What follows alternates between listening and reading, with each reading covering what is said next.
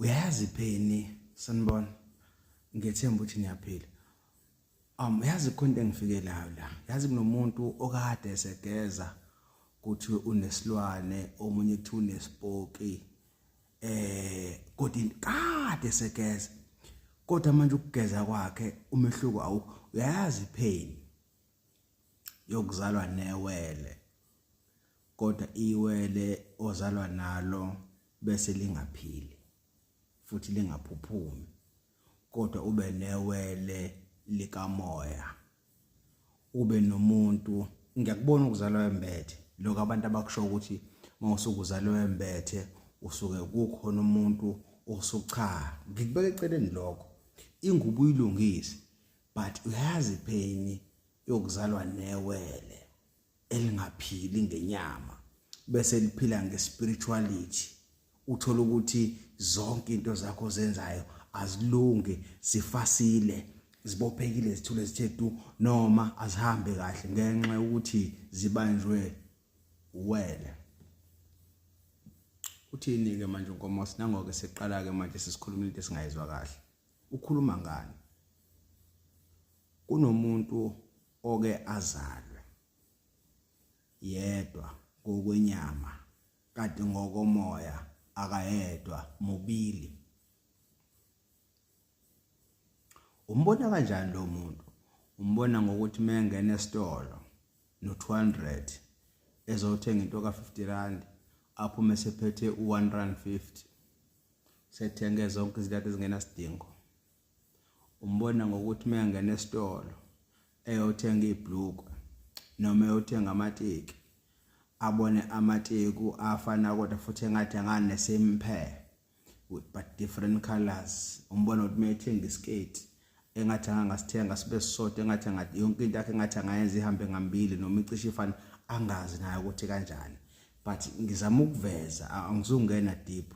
Umbona kanjani lo muntu? Umbona ngokuthi azenze zonke izinto ezithinta isintu nezinto ekufuza ngabe ziyilungisa impilo yakhe ihamba kahle noma ibe kwesinye isigaba noma ibe kwelinye izinga kodwa umuntu uyathola zonke into zakhe ziyafasa ziyathula zithi bese zithi isangoma bese bethi abanye abelaphi bendabuko ubelethisa ispoke esuswa singasuki bethi ubelethisa isilwane esuswa singasuswa kuthiwe kukhona umuntu ongcolile kufanele umgeze kodwa kudlule kufane.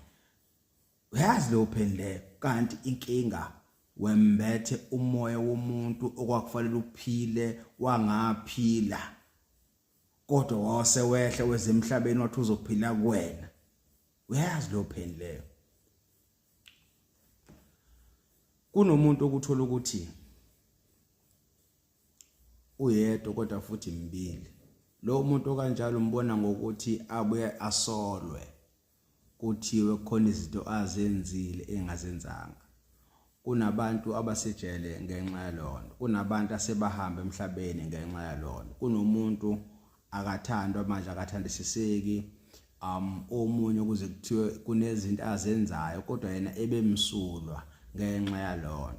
Kunomuntu othola ukuthi kubo angenza noma yini kodwa akuthi shu ngenxa ukuthi uqhilazwe ilo moya kabani kawele. Kunomuntu ongasusa umuzi phansi awubeke phezulu bese kuzonqonya umuntu ofaka amakhethini. Kuthiwa zamahle lamakhethini akusabhekwa lo muntu owenze yonke lento from the ground. Yajula ke manje uNkomosi. Ngifuna ukuquote khona lento uzoyibona.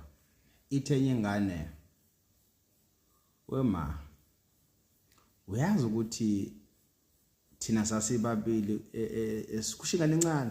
Uyazi ukuthi sasibabili thina okhalweni lakho ukufuna sihlale kodwa mina ubhuti ngangamfuni ngavele ngamshaya ngamkhahlela ngangavuma ukuthi ahlale kwahlala mina kuphela ngoba ngangibona ukuthi sizohlezi sixabana njalo la emhlabeni kwasala mina kuphela. Kodwa leyo ngane kwazeka ukuthi yodwa iyamkhomba ubhuti wakhe ukuthi ukhona kodwa akaphili. uthi omunye wathola esemdala ukuthi into zakhe njengoba ngingahambi kahle wembethwe umoya wewele elingazange liphile ngisho abazali bakhe abalazi.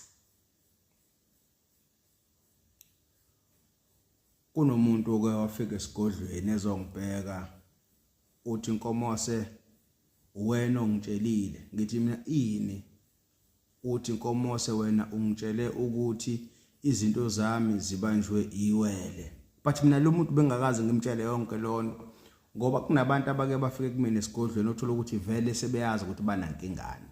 Lo muntu loyo athi mangabe ngithi mina angikaze ngikutshele lonto le uthi hayi uyishilo lizela vela futhi naliwele lami ngalibona ukuthi liwumfana lathi kufanele ngiligeze ngilihlambulule ukuze into zami zizovuleka ngoba into zami zibanjwe yilona.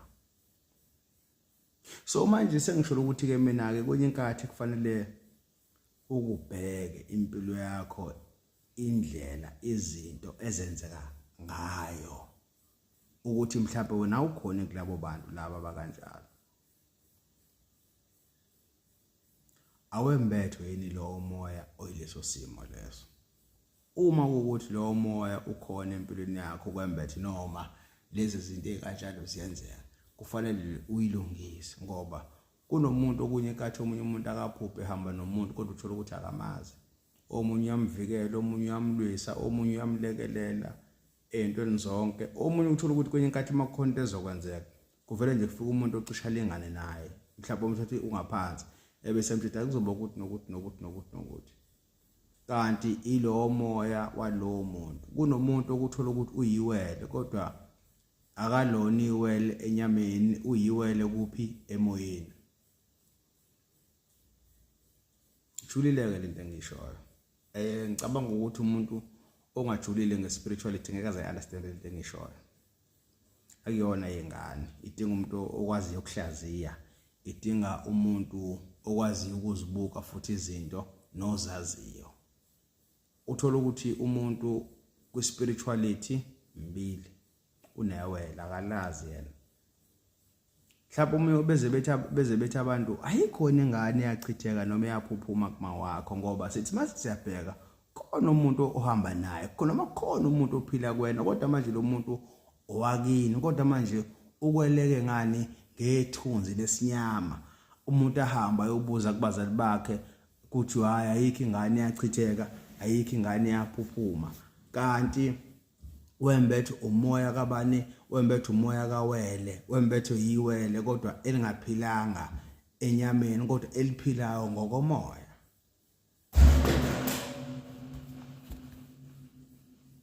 Yabona ke manje ivideo kuvele kube khona izinto eziqhamukayo ke manje zifuna ukuphazamisa ke manje masho ile remote wiswa yini ile nto engangikhulumayo ngenye imini uthi mawususujulile vele kube khona izinto eziqhamukayo sifuna ukuphazamisa ngokwespirituality because phela ngingedwa le endlini ngasho le remote wiswa yini nje iwisayo ke nje. Hayi umathi omunya ke uhawu usibhamso godo uma ngquku umzukulu ugana nesibona imalokazana uthi awukusukume kubheka impilo yakho ukuthi isima kanjani bese uma usuyitholile bese uyakwenza lokho ukuze impilo yakho izobuyela kuphi esimeni. Umathi omunya uyabona.